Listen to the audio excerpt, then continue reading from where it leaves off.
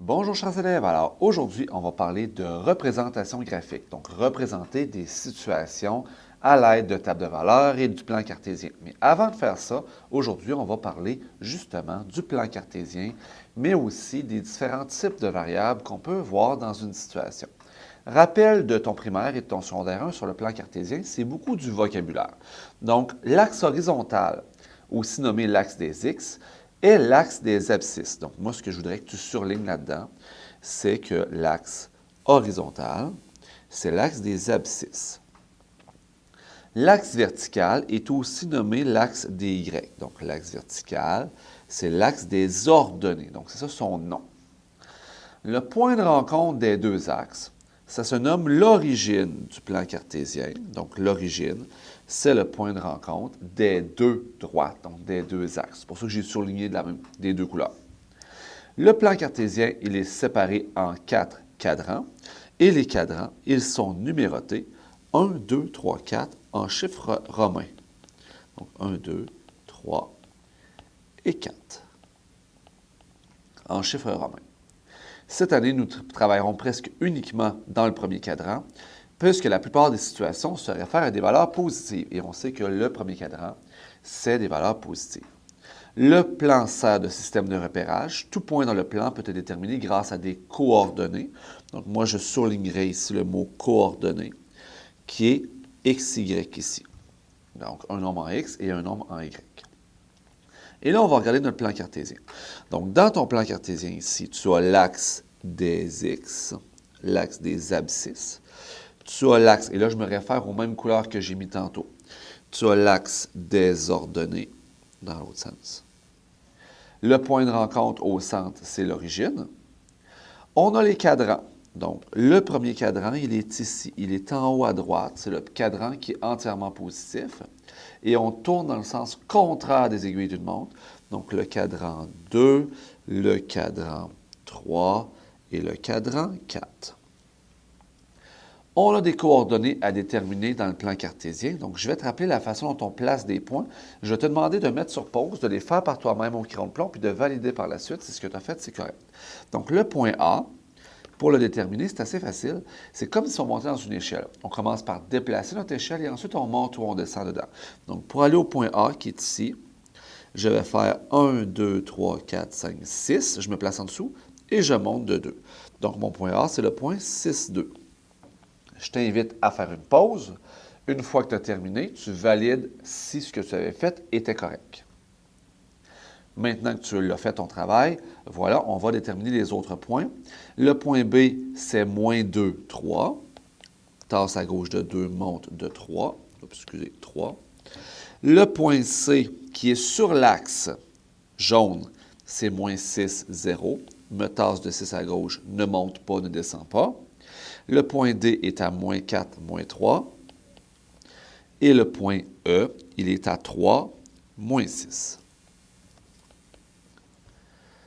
Tu devras aussi placer 3 points à l'intérieur de ton plan cartésien. Si ce n'est pas déjà fait, mets sur pause. Par la suite, valide si tes points sont au bon endroit. Donc, ton point F, il est à 2, moins 4. Donc, on se tasse de 2 vers la droite et on descend de 4 ici. Il va être ici, mon point. Donc, ici, c'est le point F. Le point G est à moins 5, 2. Donc, tasse à gauche de 5, monte de 2. Donc, ça, c'est le point G. Et le point H est à moins 7, moins 4. Tasse complètement à gauche et descend de 4. Il va être ici. Ça, c'est le point H.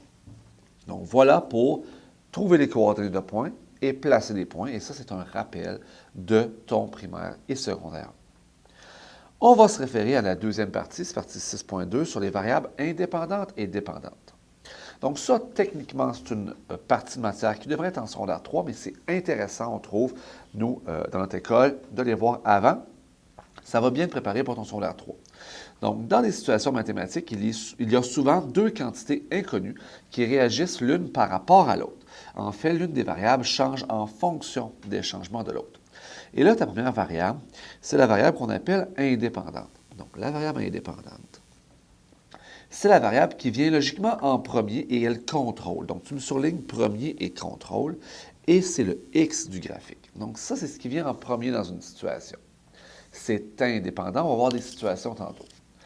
Par la suite, la variable dépendante. Bien, la variable dépendante, elle vient en deuxième.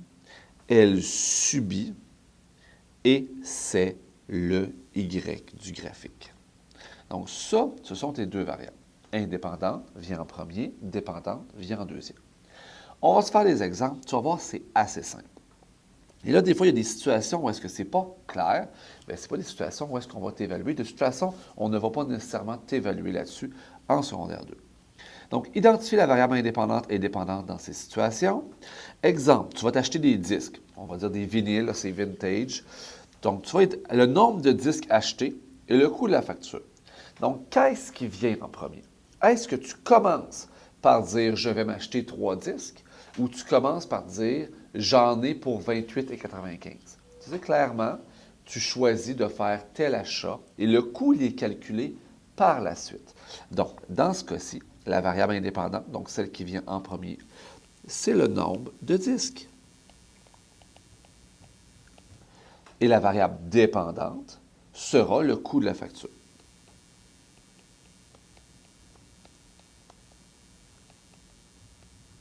Donc, le nombre de disques vient en premier, indépendant. Le coût de la facture vient en deuxième, c'est dépendant.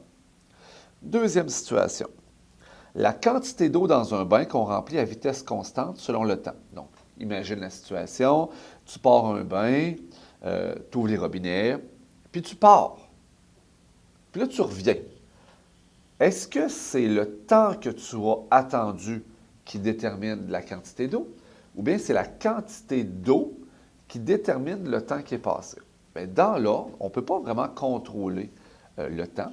Donc, la variable indépendante, c'est le temps qui est passé.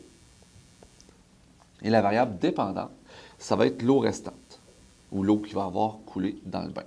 Donc, la quantité d'eau. Donc, c'est QTE, tiens, quantité d'eau. QTE pour quantité.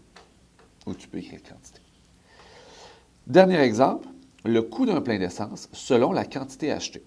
Donc, la variable indépendante, là-dedans, qu'est-ce qui vient en premier? Est-ce que c'est le coût de l'essence ou la quantité achetée? Bien, normalement, on fait le plein. Hein? Donc, la quantité vient en premier. Donc, la quantité d'essence vient en premier et viendra par la suite, sera dépendant de ça, le coût qui vient, quant à elle, en deuxième. Donc, ça, c'est ce qu'on appelle la variable indépendante. Et la variable dépendante, ça va me permettre de bien placer certaines valeurs dans mes situations au cours des prochains cours.